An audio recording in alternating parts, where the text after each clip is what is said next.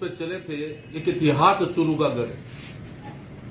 यहाँ पर लगभग 1 वर्ष पूर्व हमारे भास्कर और पत्रिका के संवाददाताओं ने इस विषय को उठाया कि ये जीर्ण शीर्ण अवस्था में हो रहा गढ़ ये गिर रहा है, इसकी दीवार गिर चुकी है। उसके उपरांत जब विधानसभा में बजट पर चर्चा हो रही थी तो इस विषय को हमारे जनप्रतिनिधि, हमारे नेता राजेंद्र राठौड़ साहब ने विधानसभा में उठाया कि गढ़ के जीर्णोद्धार के लिए ये गढ़ बचा कैसे रहे, ये सुरक्षित और सुरक्षित कैसे रहे, इसके लिए आप 5 करोड़ रुपए कम से कम इसकी घोषणा करें माननीय मुख्यमंत्री जी। मुख्यमंत्री जी ने उसी समय राठौड़ साहब के निवेदन पर 5 करोड़ रुपए की घोषणा कर दी गई थी। उसके उपरांत एक कार्यक्रम भी हम लोगों ने गढ़ के आगे करवाया था। फिर ये चर्चाएं चली कि गढ़ में पैसे आए नहीं है, लेकिन मैं जानकारी बताऊं कि आज से 4 रोज पहले पुरातत्व विभाग की एक मीटिंग हुई जिसमें हम और सुनील जी उससे जुड़े थे, माननीय विधायक जी राठौड़ साहब भी जुड़े थे हमारे, वो सारे जुड़ के मीटिंग की। उसकी जानकारी देना चाहूंगा कि गढ़ की पूरे 5 करोड़ रुपए की अपने डीपीआर बन चुकी है, उसका टेंडर भी हो चुका है, उसकी तकनीकी बिल भी चालू हो चुकी है। अब उसको लगभग 1 सप्ताह 15 दिन में वित्तीय स्वीकृति मिलते ही ये कार्य चालू किया जाएगा। विधानसभा में माननीय राठौड़ साहब ने जब इस गढ़ की ऐतिहासिकता के बारे में बताया तब उन्होंने कहा कि गढ़ को सुरक्षित और सुरक्षित करने के लिए जिस क्षेत्र में जैसे व्यास जी है, सुनील जी हैं, राकेश जी हैं, हमारे अभिषेक जी चोटिया, ये लोग गढ़ के इर्द गिर्द रहते भी है। वहां पे गंगा माई का मंदिर और अन्य जो स्थल है उस पर रोजाना इनका आना जाना भी रहता है। ये लोग हमेशा से संघर्ष करते हुए, टोपन जी और सब संघर्ष करते हुए आ रहे हैं।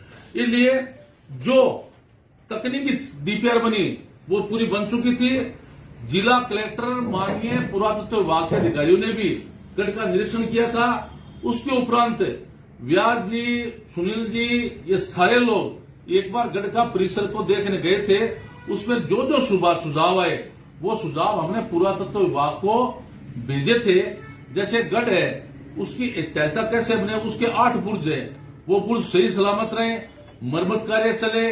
अंदर गढ़ के अंदर ऐसा है जो रास्ता संकड़ा है, उस रास्ते को चौड़ा कैसे किया जाए, गढ़ में कोई गार्डन बने, जैसे सुनील जी ने बताया सेल्फी पॉइंट बने, ऊपर जो गढ़ की ऐतिहासिक तौर पर पहले तोप हुआ करती थी वो तोप भी लगे।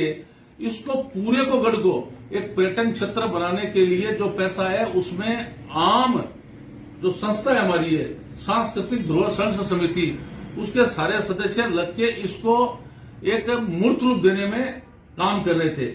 इस जानकारी ले आए थे। अरे इसमें जो कल एक नई बात जो सामने आई, वहां के लोगों ने एक ऑब्जेक्शन किया। चूरू में कोतवाली गढ़ परिसर के अंदर है, उसके ठीक पास उनकी जेल थी जो जीर्ण शीर्ण अवस्था में थी।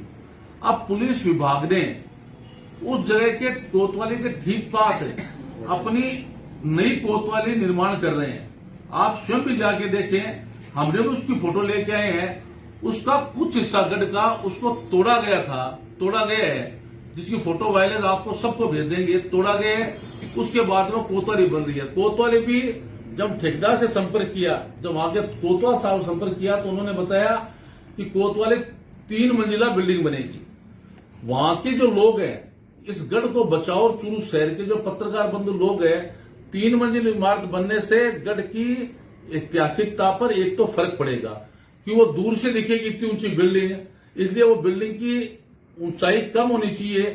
एक को जितनी डिवाइड करके उसको जगह को तोड़ा गया उसको वापस इसको सही करवाया जाए और कोतवाली के हिसाब से बने। इसलिए भी एक शिष्टमंडल पत्रकार वार्ता के बाद में माननीय पुलिस अधीक्षक से हम मिलेंगे, उन्हें अनुरोध करेंगे कि इस गढ़ के लिए जो पैसा माननीय मीडिया के कहने पर ही माननीय राठौड़ साहब ने दिलवाया सरकार से, उस गढ़ को ऐतिहासिकता वैसे बरकरार रखते हुए और उसका जो ब्लूप्रिंट से बना है, जो नक्शा बना है, वो एक भवन का नक्शा बना है। हम चाहेंगे पुलिस अधीक्षक कोतवाली